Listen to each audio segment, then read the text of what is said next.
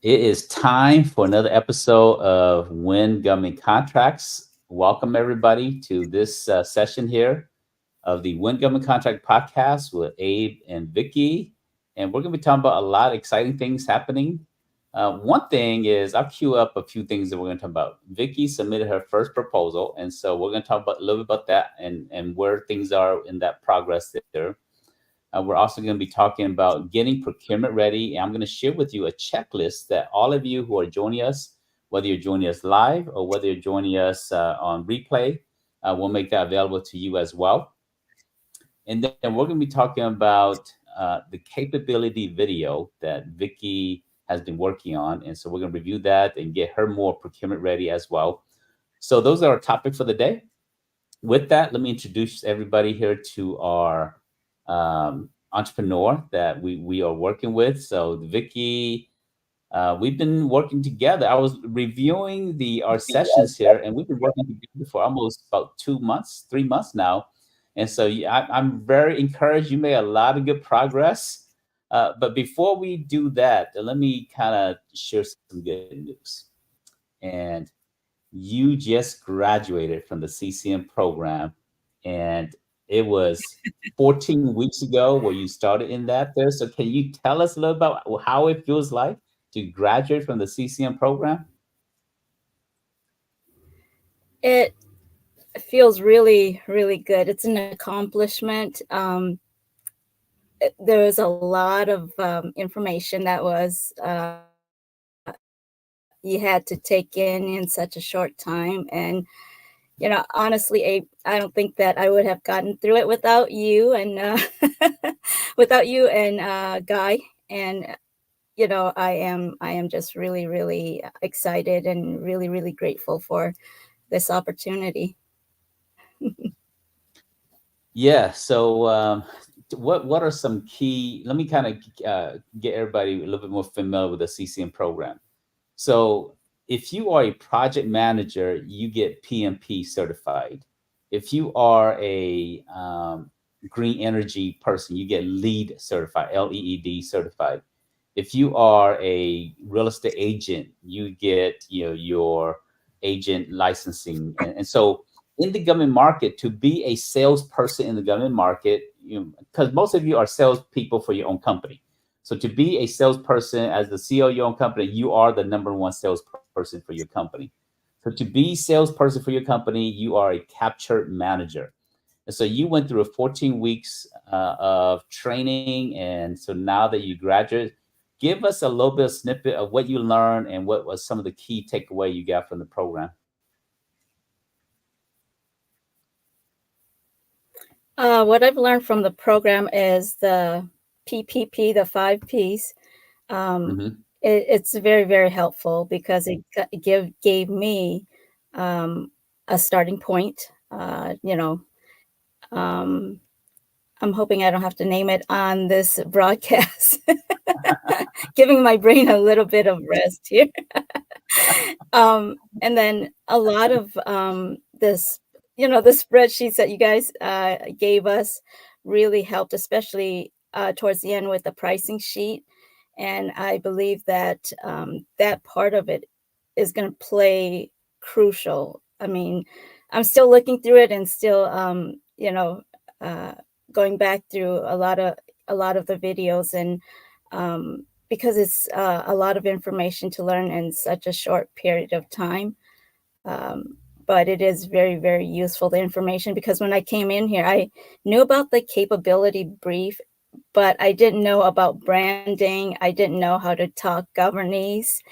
And going through this class has helped me understand, because I'm looking at things from a corporate business perspective instead of the government perspective, and I had to kind of relate what the government sector is looking for to the business to understand some of the items that are some of it's a mind shift, or yeah, it was a mind shift for me to go from corporate America to government. Absolutely. It's a big change. And for many of you who don't speak Governese, if you're watching this episode here, joining us here, you have to learn a new language. You have to learn a new culture, and to do that, it requires a investment, right? If you're gonna do business in Germany and you don't speak any of the language, you have to go and learn. If you're gonna do work in Japan and you don't speak Japanese, you have to go and learn the language and the culture and so forth. Same thing. The going from the commercial sector into the government market requires learning a new language, a new culture. So that's what you've been doing for the last 14 weeks, and you graduated as valedictorian. Yes. Woo! Thank Congratulations. you. So Thank you. very encouraged by that, and very proud of what the hard work that you put into it. So now it's going to translate to contracts, right? Because you go to learn so that you can actually get the information, get the knowledge, and then you can apply it in your own business. And that's really what this is, right? Our in our weekly podcaster, it's really a live coaching session where we talk about your business, we talk about how to get your business winning some government contracts there. So with that, for all of you joining us live, we do this segment is about Vicky's company, but we do have in a little bit. We also want you to ask questions. We want you to be a participant in this whole process as well, because it's not just about Vicky's business; it's about your business as well. That's why we're here, right? We're here to help you as you're watching. You're learning from Vicky and what she's going through, but also you can implement it for your own company. But we give you time to ask your question so that you can see, okay, how do I apply this here into my business? And any questions that outside of what we're covering, you're welcome to ask those as well towards the end of this podcast here. So let's dive into what we've been talking about. Oh, one other thing, you submitted your first proposal. So tell us a little about the process and what you learned from that as well. Yes, I did. I learned how to research, and you know what? I get it. I get in class. We were always, we were told that, we need to, that's the least expensive person that we can hire for the company. And the research portion of it, it was kind of time consuming. And, but I did learn a lot of, it's not something that's new to me because I've done research before, but it is time consuming. And I would rather use that time for something else, like writing the proposal, learning more about writing the proposal. As far as the submitting the proposal itself, it is a great experience. I know what going to work is like, but never had things changed at last minute. And all I have to say is, it plays a really, really crucial part that you pre-plan everything, give yourself a lot of time because as Abe and I know, we went on there and when we thought we had a lot of time, but then things got switched up and we had to revamp everything last minute. So give yourself plenty of time. Yep. So your first proposal, you were done about 5 hours before the due date or the due time itself. And but by the time you got everything submitted to Mhm. the portal, you only had 2 hours left. So it took about 3 hours to submit about a 30-page proposal. So absolutely some lessons learned there. If you finish, imagine if you finished it like 10 minutes before the due time. Uh, yeah, it would not have No. got it done. So some very important lessons there. Okay, so good stuff. So I'm going to share my screen, and we're going to go into some practical training for everybody here. And so I'm going to get us started here. All right. So if you are joining us, we've been using Gov Fast Track as our tool in here. So if you're curious about the tool we're using, this is the tool that we're using here. It's called govfasttrack.com. And we're tracking all of Vicky's work. And so this is kind of like your government contracting blueprint. And when Vicky said it's about the 5 P's, right? It's about preparation, promotion, proposal, performance equals profit. And that's really what we're working on. So we've been working, started, doing our coaching sessions, recording it live for all of you. And we started back in March. And so we come a long way. And so now we're into May, you know, 29th, a little bit over 2 weeks, 2 months now. And what we've been working on is your capability video. And so let's look at that. Let's review your capability video, see how that's coming along. So you got your brief and your, I guess this is your sample video. Okay, so let's look at it.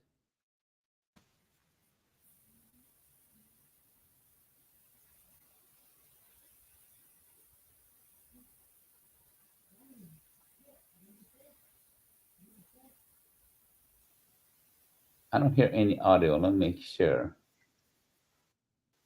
Abe, it doesn't have any audio yet Oh, no because audio. and the reason I wanted you guys to look at it, yeah, is the audio part is something that I would love to get some comment on, Mhm. especially at the beginning. So, Okay, gotcha.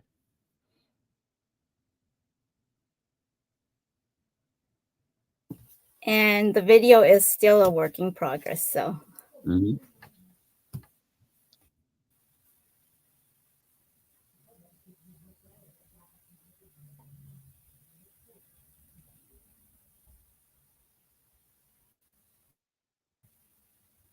Okay, so I see that you got your certification showing through. And so I assume this is where you pop up, you put in all the certifications that you have. um, I it's a little bit past that, and maybe I should move it over. When you're talking about the small business certifications, that would be a good time to pop up all the certifications that you do have. Okay.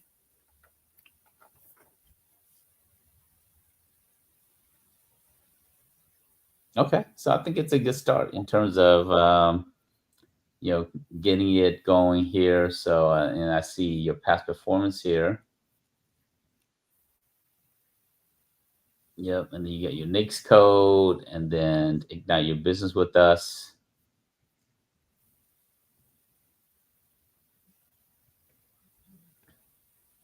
Okay, so 2 minutes. It's a good start here. So let's look at the script.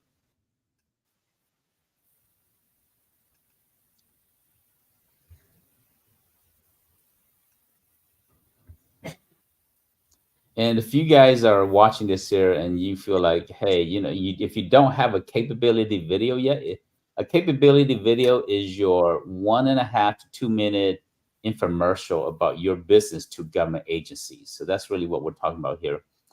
And so this is Vicky's script. All right. So welcome to Alpha Professional Services, where excellence meets innovation. Okay. Is this now this is my first time seeing this tagline here. Is this your new adopted tagline, No, I or is this? actually I should have changed that part. Ignite limitless possibilities. Yes. So you always want to stick with your message, right?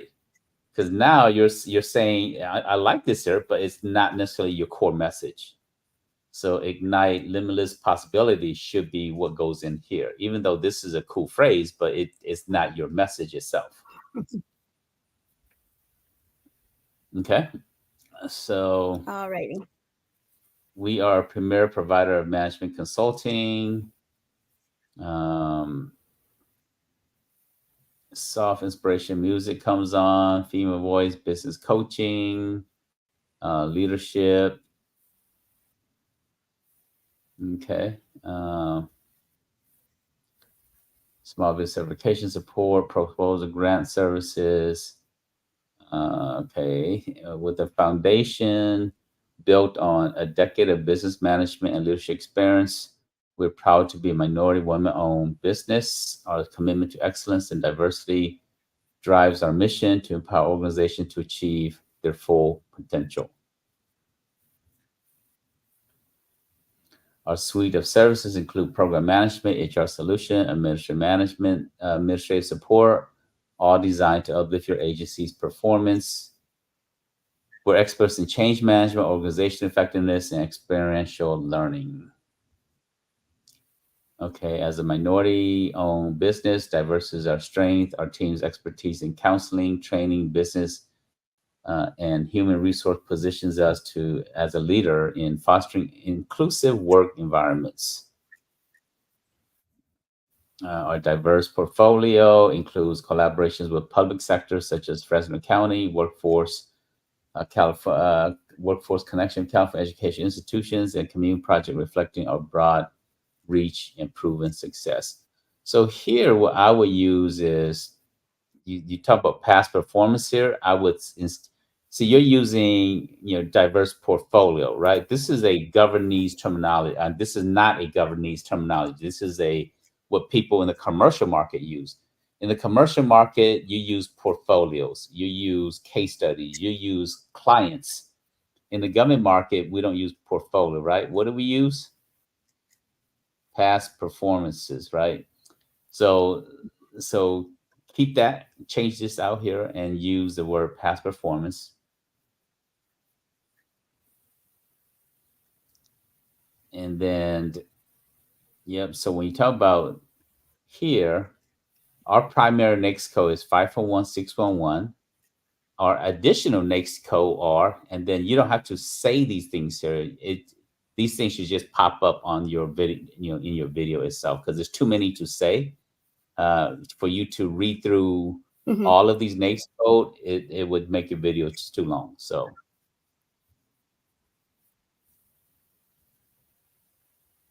yep, I see it here.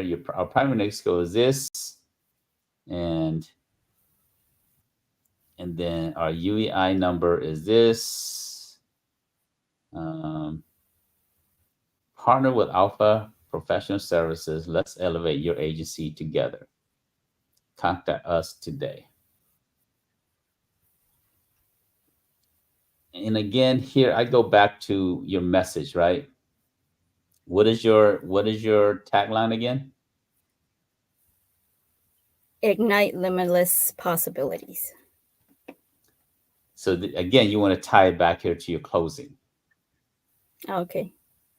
So instead of partner with Alpha Professional Services, you might want to ask a question: do you want to ignite your limitless possibility, or do you want to ignite limitless possibilities in your organizations and with your personnel, or with your organizational?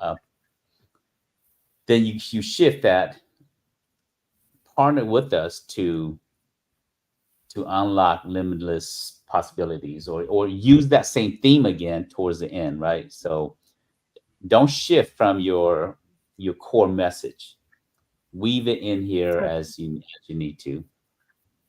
And then at the very end in your video, I think you have too much information in your video. I would not put your phone number. And then your email. This is Vicky at Alpha Pro MN. This is probably not the email you want to use for general marketing. Vicky at Alpha Pro MN is for one-on-one marketing, or if you're marketing to specific people. But if you're doing a general video like this here, I would just go with info at alphapromn.com. I would use the info Okay. button, info link, and then I would remove the address. All this is not critical. The only thing you need is info at Alpha Pro MN and your website, and that's it at the very end. Because your video goes by very fast, and no one has time to read through your address or anything like that. They do want your email if they need to reach out to you, and your website. And once they see your website, they can see everything else. Okay. Yep. Same thing with your final closing statement here. Um, Phrase it in the same way as your main message.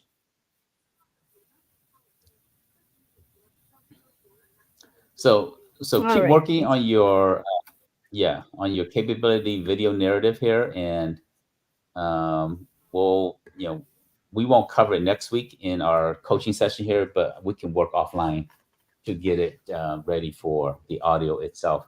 Now, are you planning to be the talent in terms of the voice of the audio voice of this, or you plan to hire someone? What's your thoughts? Um, I will I will try it and see how it goes. And if not, yeah, might have to do the AI thing. Well, I think going with your voice is always better. AI has gotten very strong right now, but um, it still is not quite as uh, close to human voice. Some AI you can, it's almost hard to tell that it's AI because it's really gotten that Mhm. amazing.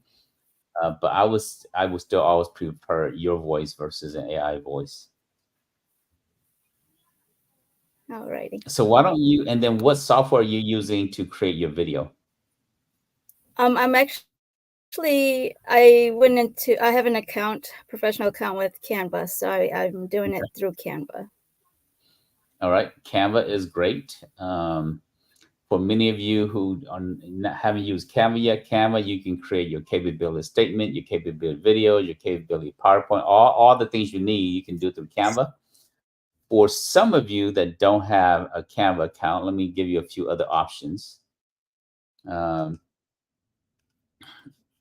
there's a free version called Clipchamp.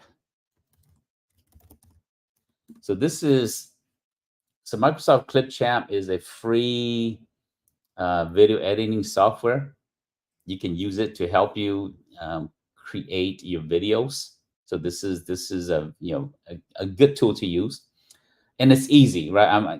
There's some more powerful tools out there, but for someone who's not creating videos every single day, you don't. It's hard to learn. So Clipchamp is the ideal tool to use if you're new and you're not super familiar with. I think it's in the chat. But I actually put the specific link to it here. So that's one tool. The one I have been using for a long time is what is it? It is it costs a little bit of money. There's another one. In fact, let me go to our key resource here. So we have all these links already in here. So I'm gonna go in because we teach you how to do all this stuff. So if you are trying to create this here, the other one is called OBS. So OBS is a free tool also. You can it's very powerful. It's a free tool. You can use it. It's more powerful than Clipchamp. And for many of you, it may be too powerful for you, but some of you you're really good with you were born with an iPhone, so this might be the tool for you to use it to create your videos and your audios itself. Another great tool is to use, let's see, for those of you that want to hire someone to do it, I'm going to show you this resource here is capability videos. And so this is where they will actually create your videos for you. They understand how to create a capability video. So this is where you really just don't want to do a lot, and they would do it for you. So this is another good resource here. So I'll put this in the chat. To me, it doesn't matter, right? You want to create the best resource for you, and whether you do yourself or whether you do it with somebody else, um, any of these resources are fine. And there's lots of other tools out there too, but and for many of you that don't have the script, we gave the script to everybody last week. But if you need the script, I'm gonna put it back in the chat. So Vicky, still a little bit more work on your capability video. Let's keep working on that there. Let's shift gears and go into your. I want to talk about getting procurement ready. That's really what we've been talking about the last about month or so is how do you get your business procurement ready? And so what I do is I created this checklist here. And this is a checklist for all of you If you're joining us, this is really a simple one-page checklist. So I'm gonna zoom in here so that you can see. And so when we're talking about getting procurement ready, these are the things that you need to put in place. Capability statement. So for you, Vicky, is this done? Is this a yes? Yes. All right. SAM registration. Is this a yes? Yes. Awesome. Registration with a SLED agency. And so you just graduated from CCM. What does SLED stand for? Share some of your Uh, knowledge with everybody. I'm putting you on the spot, but you graduated, so I'm gonna put your knowledge to the test. What is SLED? And if you're watching this, if you know what SLED is, put it in the chat. Let's see. Let's see who gets it first, um, Vicky or audience. it might be the audience. I don't think I got that question correct. It has something to do with something about education. So I'll give you a hint. You got Fed and you have SLED. So what is Fed? Federal, Federal agencies, right? And so now, if you know that, what is state, SLED? state level, State state and level, and local local. Yes. Okay. See, education. you got this. So state, local, and education. And here's what we mean by that. State are there's 50 states. Local municipalities, you're talking about 3,000 over 3,000 counties. You're talking about over 35,000 cities and townships. So that's what we mean by local, right? And then education is county school system, public school system, university, the border regions. Every university system has a procurement process, and they got lots of money. And you better believe it, right? When a university runs a multi, football program, they got lots of money. They buy a lot of stuff. When with the endowment of some of these university are close to the hundreds of billions. They got lots of money to buy. So these are, that's what we mean by registration with at least one SLED. So are you registered with Minnesota, with a county, city, or anything? Is this a yes? Yes.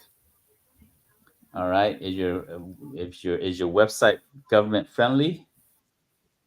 Yes. All right. So we're gonna validate that a little bit. So all right, we looked at it last week pretty quickly, but I'm gonna just give you a quick example for all of everybody else who's on here.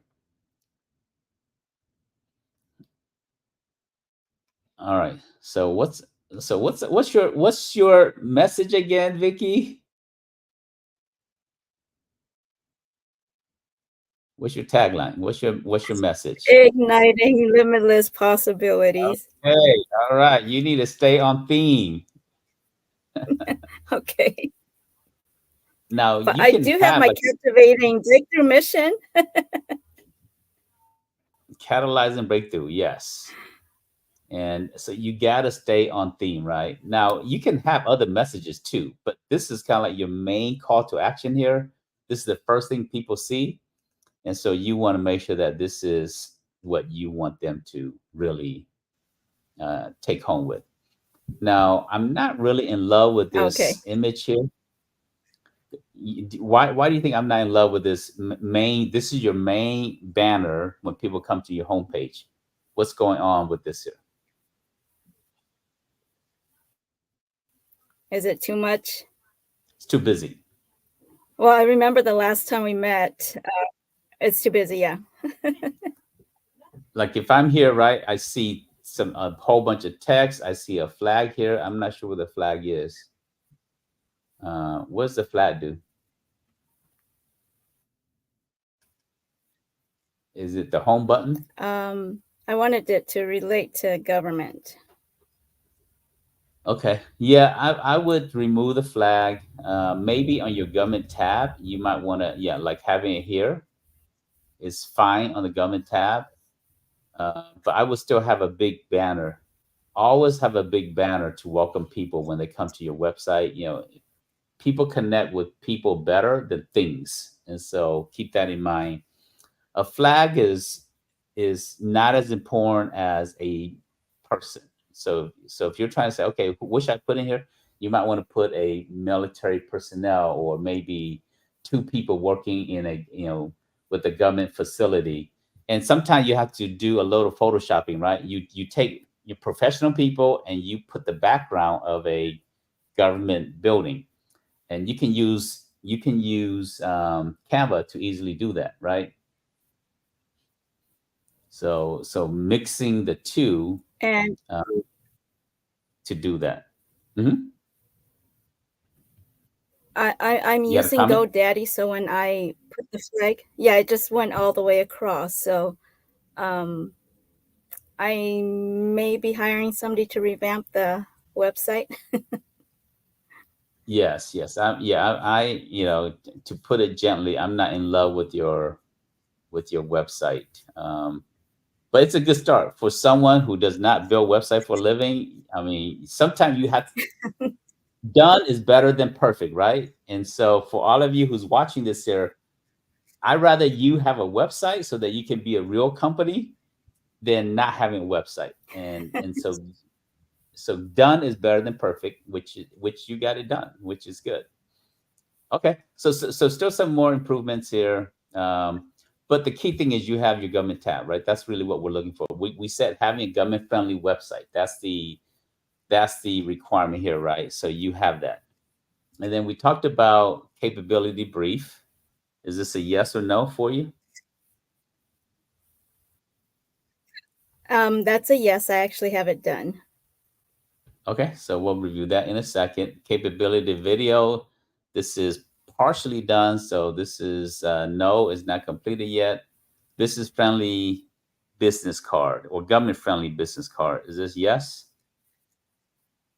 Not yet. Yes. Yes. Okay. Yeah, Do you yeah, have yes. you have an image of it? Do you have? Um, I believe I believe I do. It should be Okay. on the smart sheet. Um, it was in I can't remember which week we were. Okay. So did you put it in the homework section, or did you put it in the business card section? Um, Just for everybody who's watching, if you let's are see. ever at a point where if you have Gov Fast Track, if you're looking for, okay, where is it about business card? You can just click on, put it on the top right, and then search it in here, and it will say, okay, um, business card sample. So this is the sample here, sample two, sample one, SBC sample business card. Which one is do you want to show the front one? Is this the right one? And then the inside,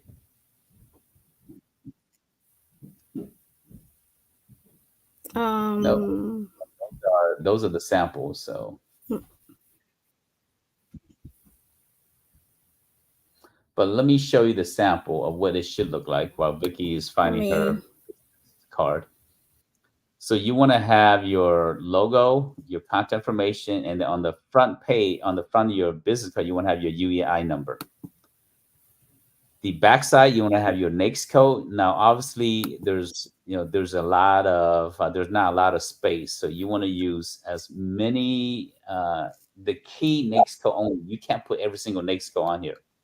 And then if you have certification, put your certifications. And then if you have um, any GSA contract vehicles, anything like that, you can also put it in here. So this is an example. Now, there's only one other improvement that I can suggest on this here. I would take out, I would move the government contractor association. I would put the business name up here on top of the person's name, and I will add a QR code here so that people could just scan the QR code and it takes them to the website. So that's really the only other suggestion. But think of your business card as your mini capability statement. That's what this is. This is your mini capability statement, and you use it as such. So with that, Vicky, were you able to find your uh, capability, your business card itself? Yes, I don't know if you need to refresh that, but I put it in this week's attachment. Okay. All right. Business card. Okay, so let's look at Vicky's business card. All right. I see. So you got your contact information, and I love your title, Chief Procurement Officer. Now, you are also the CEO of the company, but you're also the Chief Procurement Officer because the Chief Procurement Officer is really the salesperson, right?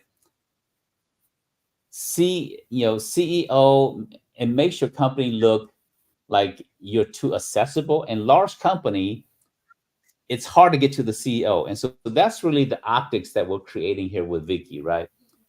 She is a CEO, but she's also the CPO, right? The Chief Procurement Officer. And it makes her company look bigger, even though she's also the CEO.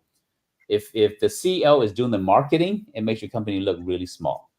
So this is a little bit optics, a little bit in terms of creating a larger brand without having to be a larger company. So I see that you have a fax number. All right, let me take Um, a poll from the audience here. If you are watching this episode, when was the last time you used a fax? Put in the chat. When was the last time? Put the date if you can remember. Is it 2019, 2020? Is it 2010? Or is it 2005? When was the last time you faxed something? In the chat. Vicky, when was the last time you faxed something? um, a few months ago. A few months ago. What? Oh, wow. Orlando says 2005. Yes. Okay. The Let me ask you another question, Vicky. When was the last time you used a beeper? I'm joking. Don't answer that. All right. So fax fax is going away like the beeper, and the beeper has gone away like the Rolodex, right? So don't use a fax unless you are a construction company. The only industry that still uses, that still uses fax is the construction industry, because some of these old folks, they still live by the phone and they still live by the fax. Most fax goes to an email anyway, so it's not really a fax machine anymore. For some of you that were born in the last 20 years, you're thinking like, what is a fax? Um, and and that's another story. Go ask your parents. What is a trivia question? Go home tonight. If you don't know what a fax is, go home and ask your parents, what is a fax, mom and dad? And they will tell you, and they will tell you what a rotary phone is as well.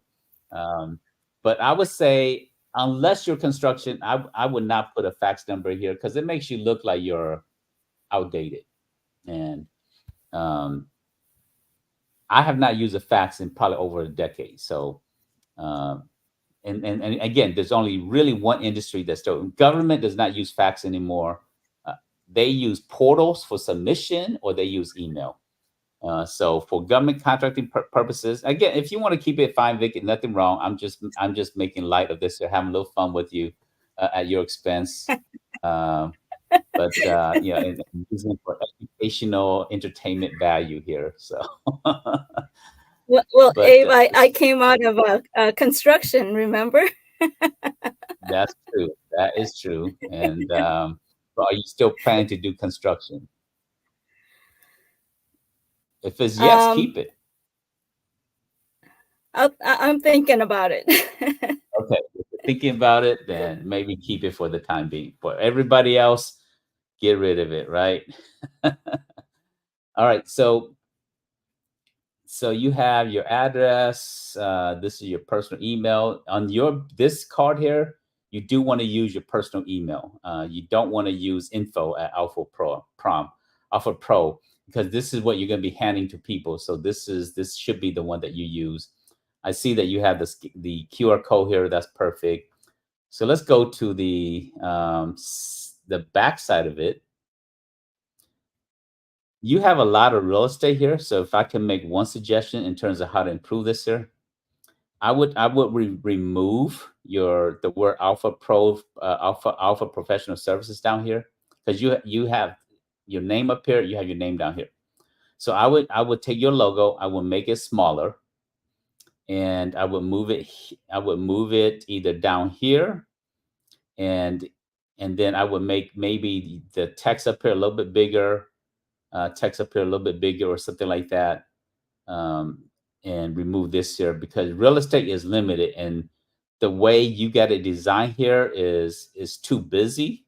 And so by moving the logo here, and then the QR code here, it creates more symmetry to it. You already have the company name up here, so you don't need it twice in such a small real estate space here. But again, is your design, your car, so you go with whatever I'm giving you as a coach. You're the player, right? You have to go execute, and I'm just a coach. I'm telling you what you should do and what's ideal. Ultimately, you're the one that have to live and die by the three, or whether you want to post up and shoot it. So okay, so see here, you got cert pending, MB pending, DB pending, EDWSB pending, um, your website information, your NAICS code here, so that's good. The Yeah, I think the this is fine.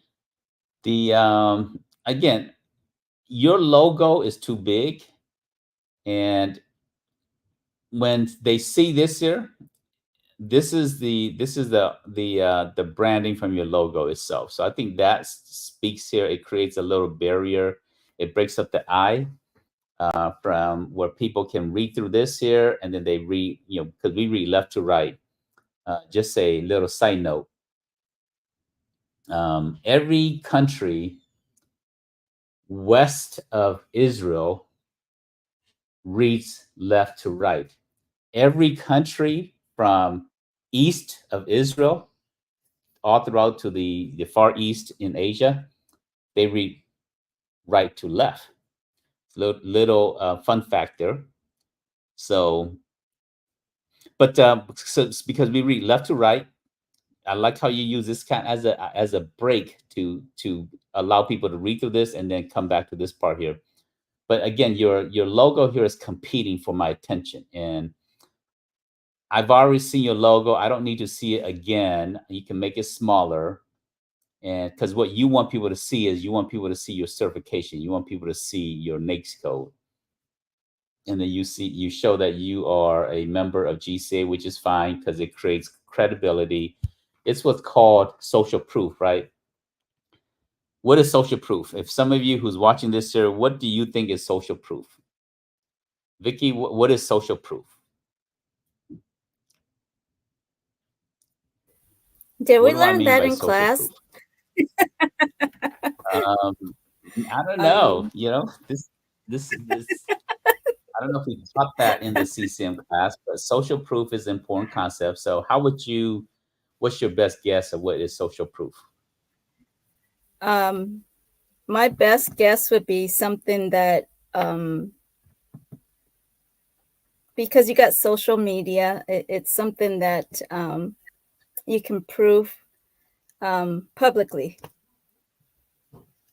Okay, I think there's an element of that. For some of you who's watching, right? Social proof. If you have an idea what that is, love to hear your comments. But I'll give you my best understanding of social proof. Social proof means that if other people believe in you, then whoever you're reaching out to should believe in you as well. In the government market, we call it past performance, right? If you have done work for other organization, other agencies, other commercial clients, that is social proof that if other people trust you, then the agency that you're bidding on should trust you as well. So that's a type of social proof. When you go to somebody's website, they put all of the different logos of their clients' portfolios and case studies and past performance lists of agency. That's called social proof. You put the GCA logo in here, so it's part of your social proof. That means that if you belong to a professional organization and you also are a member there, that means that if they believe in you, that means you should other people should believe in you as well. So that's really what social proof is. The You also belong to other organizations too. So I would potentially include the other chambers, other organizations that you might belong to, and then you currently just earned your CCM, right, professional designation. So you might want to put that logo in here somewhere as well. But depending on how much real estate you have.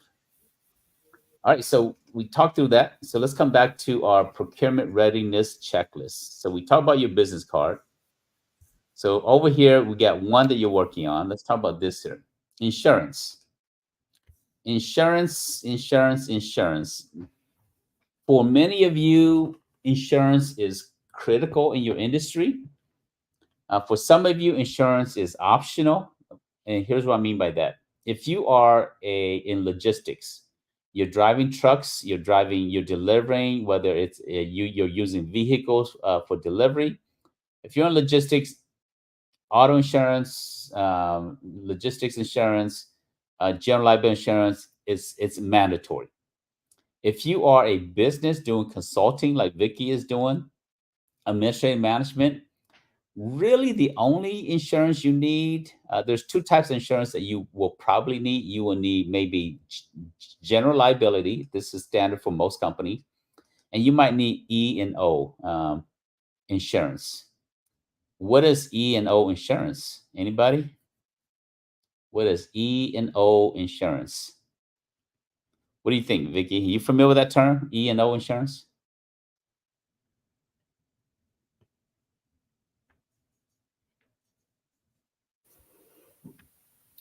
Okay, I'm not gonna guess on this one because I'm not sure. All right. So some people in there, Valda Ah, says errors and omission. Absolutely. As a consultant, and if you like attorneys, absolutely need it. Real estate agents, all of these different people, they have E&O insurance. And let me tell you a true story of someone who did not have E&O insurance. They were a printing company, and they were printing documents for a county, and the county wanted it was a printing where it folds and it folds here and it folds here, right? It folds twice like that. When they printed it, the way they printed it, it folds the reverse. Instead of right, left over right, they did it right over left, and that changes the configuration of what is supposed to be. So they deliver like $25,000 worth of printing material to the county. The county refused it because they said we wanted this here to fold left over right, and you gave it to us right over left. So they didn't have errors and omissions, so they had to come out of pocket to reprint everything. It was a printing job for the county. But if you have E&O insurance, you just pay the deductible. It could be $1,000, and then the E&O will kick in and cover the 24,000. So you're not out $24,000. So consulting, you might need E&O. For example, if you're a real estate agent and you put in there the pricing, right? You're creating a contract agreement with your buyer and the seller, and you put a comma or a period in the wrong place, and the price, instead of 100,000, the price is 10,000. Well, that's where E&O insurance kicks in, right? So there's things like that, because a legal document, once you sign it, it becomes a binding agreement, and E&O will have to kick in. So there's different type of insurance out there for what you're doing. General liability is normally what you just need. But here's a trick about general liability. When you're bidding on a project, they will tell you if insurance, general liability, is required. Most general liability is a 2 million, 1 million, or 2 million um, total coverage. There are some opportunities where they want it to be 3 million or 5 million, and they will tell you what the coverage will be. My recommendation, how you save money, is don't buy the highest coverage. Buy the $1 million coverage, and then when the government asks for 3 million, then in your proposal response, this is what you want to say. This is a very, very important phrase that will save you a lot of money. So the requirement says you must have E&O insurance for 3 million, and your insurance is only 1 million. Don't go and run out there and buy the 3 million just so that you can submit a proposal, because you might not win, right? And so now you bought more coverage, and you don't need more coverage. The phrase you want to use is this here: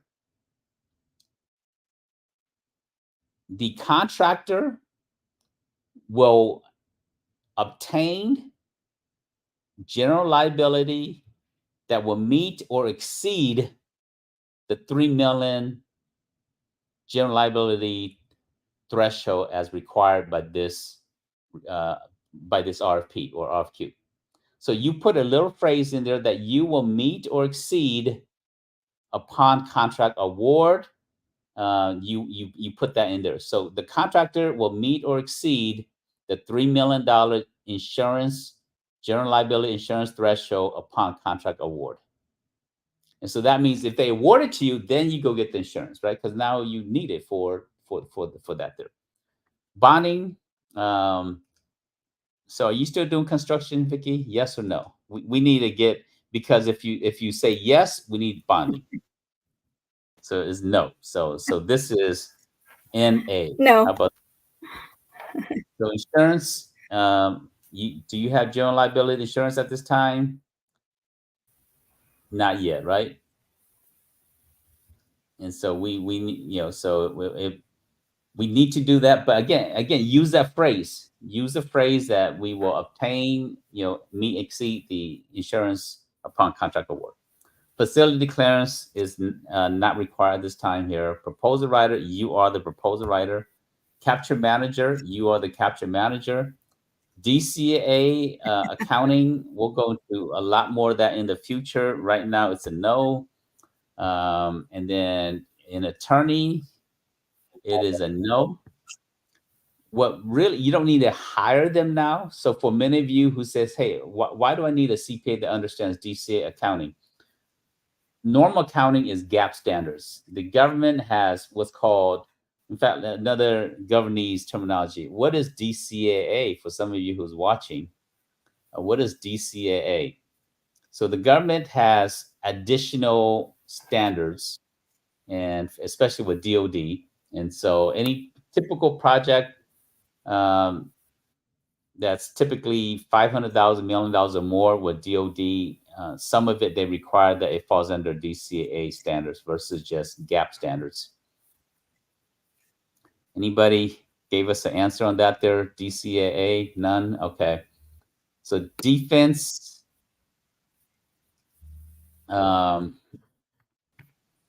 defense contract audit agency. So that's what that stands for. And so it's the auditing standards, and not every CPA understands that. And so really your goal is to finding a CPA that understands DCAA standards, because you'll need that at some point. You won't need it at the beginning. Probably your first year in government contracting, you won't need this person, but you want to meet that person so that you have them on your Rolodex. For some of you who still know what that is, or in your contact list, for many of you on your phone. So GovCon attorney, we call it government contracting for a reason, because it's all about contracts. So you need an attorney that understands rules and regulations in the industry. Proposal templates, you're working on that. So I assume you have your first proposal template that was done. So I will give you a yes here. Do you have a teaming partner with a large company? I assume no. You have a teaming partner with a small business? Yes. Register in Y-Air workflow? That's not yet. You can't do this here yet. Y-Air workflow is the invoicing portal where for most federal, not all federal, but many federal contract, you get paid through this portal here. And you can't go in there and just pre-register in advance. You have to wait until you win a contract to register here.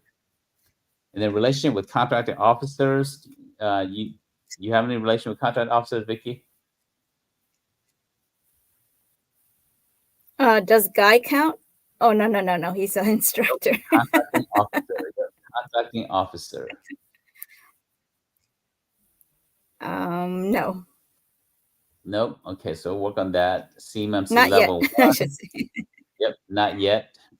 And then mobilization capital. Do you have a lot of money sitting in the bank, or do you have a line of credit at this time?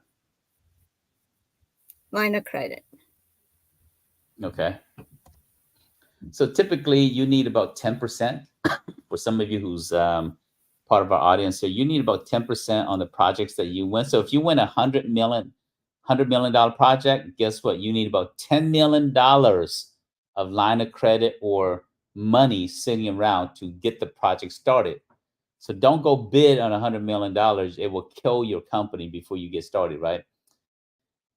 Go after $100,000 project and you win, and you need about $10,000 to get things going, cash flow. The government, you invoice the government, you do the work first, which is anywhere from typically is 30 days before you can invoice them. So you do the work for 30 days, then you invoice them, and they have up to 30 days to pay you from the data invoice. So that's, you're looking about 45 days to 60 days before money hits your bank account. That's why you need mobilization capital. And there's, in the upcoming coaching session, we'll talk about how to get these resources and how to build a line, how to build business credit for your company, how to go and find mobilization funding resources out there. All right, so this is your checklist. I still see some no's in here, a good number of yes, but some no's in here. So we still got some work to do. We're going to be talking about your certifications in the coming weeks. For some of you who are joining us live here, we're going to be talking about certifications. So keep coming back. We're going to talk about how to get certifications. Vicky, you've got a few already. We're going to come back and review what certification you have and what other certifications you need. So we're going to be doing that. But this is your procurement readiness checklist. If you don't have this here, let me give you a copy of it, and I'm gonna put it in the chat. That's for joining us live. You get all these freebies, right? So I'm gonna put in the chat. This is your procurement readiness checklist. So you get all these bonus for joining us live here. Use this here as your one-page document to see what you have and what you don't have. Okay, so with that, let's open up for Q&A. We got a little bit of time left, and so while all of you who are joining us, if you have questions, put it in the chat right now, and we'll use this time to answer any question you have about anything we've covered or anything that you are working on and you're stuck on. And then Vicky, also, I'm gonna come to you first to see if you have any specific questions that you have about anything we've covered or anything else that you want to address. I do. As far as the video, what do you recommend as far as audio for the starting of a video? To record your audio itself? Correct.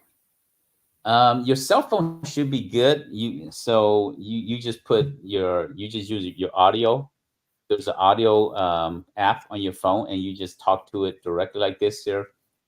So that's one way to do it. We've done that. Most audio on the phone, the quality has improved quite a bit over all these different generations. So I think that should suffice if you're doing it at home. If you're using professional people, they have other tools, but for all of you, just I think that is suffice for what you're trying to do. And use your um some of you who are singers, right? You don't sing from your nasal cavity from your nose. You sing from the back of your throat. When you're doing audio, speak a little bit slower than normal, put a little energy into it, and then speak with a deeper voice is going to translate better on audio itself. All right, so we got Orlando with a question. What company would you recommend for outreach marketing and contract opportunity search? Okay, so I guess this is two-part here. So what company would you recommend for outreach marketing? So I assume you want someone to help you to do marketing your business in the government market. And so if that's the question, I'm gonna share a resource for you guys. Um, Let me share my screen here. There are different options out there, but I'm gonna share with you one resource. Um, and let me pull it up here. So this is one of the companies that we're part of is called GovGenie. They have a marketing resource, and let me pull it up here.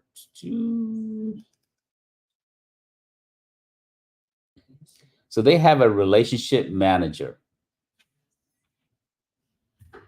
and so if you need marketing, they will do the marketing for you. They will create the list of agencies that you need to reach out to. So there's two services. They have an opportunity manager. The opportunity manager will look for opportunities for you. If you want someone to do marketing and build relationship on your behalf, they have a relationship manager. So if you go to govgenie.com and go to the pricing sheet, all this information is on there. In fact, let me pull it up quickly here for um, some of you.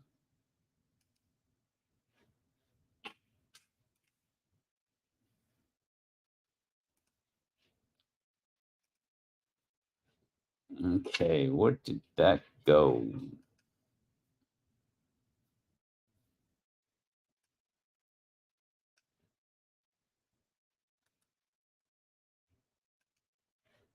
Okay, so if you go here, uh,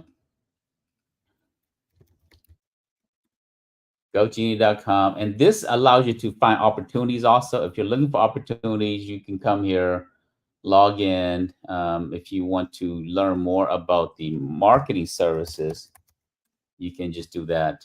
Now, for those of you that don't want to pay for marketing, we teach that. So we'll teach you how to do your own marketing. And so just we have free classes, about 2 or 3 classes, every week. Most of it's free to all of our members of the Government Contractors Association. If you need, if you're not a member, it's most of the classes, half of it is free. For non-members, about half of it is paid, but it's like $50 for a class. So if you want to learn how to do your own marketing, we have classes that we do on a regular basis. So let's see if there's any other questions. Okay, so Reaching Higher said that they recently received their cage code. Congratulations, yay. Thanks for sharing the good news. Should I offer product or services to begin with? Okay, that's a good question. If you're new in the government market, you're thinking like, what should I sell to government agencies? I would recommend, it depends on your expertise. So that's the best answer. Depends on your expertise and what you want to do. But in the absence of you're like, I'm really good at this and that's what I want to do. If you're kind of like, I'm open, then I would always recommend products first. Start with products. Why do you think I recommend products? Vicky, any thoughts? Why products versus services? If somebody's undecided, Because products you can start right away. It's called micro purchasing, and I believe it's easier to get into. it's a lot easier. You can do micro purchase easier. And what is it that you need for services? We've been talking about it. It's PP, right? What is it that you need to win service contracts? Preparation. Nope, Um, past performance, right? mm, You need oh, past past performance. performance. I thought you were asking me about the Exactly. 5 Ps. Nope, not the 5 Ps, the PP, the 2 Ps, which is past performances. For many of you, if you have no historical history, um, most products does not require past performance. It's all about, can you provide it, and can you provide it at a competitive price? That's really it. If you want to benchmark a company that sells products, this is a good company. ADS, they have, like, you come in here and they have a whole bunch. I'm not sure why they're, yeah. So you come in here, they sell a whole bunch of different things. They have over, I believe, 30,000 manufacturers that they represent. So you come in here, you say, okay, let's do medical, and let's see what kind of medical products they have. And so you come in here, they, all of these different things here, right? A Beaver Fit air delivery platform. They sell that. And, they sell a Focus Research Group deployment trauma kit. They sell trauma kit. I mean, you just come in here and see what they're selling. And, now again, do your own research, do what you're comfortable with, what you know, but I would start with products. Okay, so I think that is, we've gone the full hour here. So Vicky, we've covered quite a bit about your business. All of you joining us live, thank you for joining us. Every Wednesday, we do it from 11:30 Eastern to 12:30. Thank you for joining us. And if you are new, please come back. And if you haven't seen some of the episodes, go watch them the replay. Every week, Vicky and I, we get together, we talk about her business, and we talk about helping her get procurement ready. We've been doing this for a little bit over 2 months now. She's come a long way. She submitted her first proposal, but she's not quite procurement ready. So we still got some more work to do so that she can continue to repeat her success. Being procurement ready means that you can repeat your success. You can write a proposal and get lucky, but to be successful, you have to be able to reproduce your success. And that's really what it means to be procurement ready. So that's what we're working on.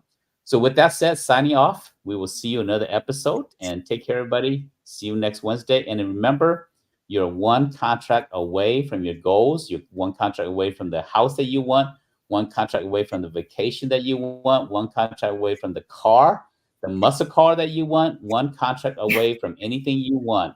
So with that, we'll see you in another episode. Take care. Have a good one, everybody.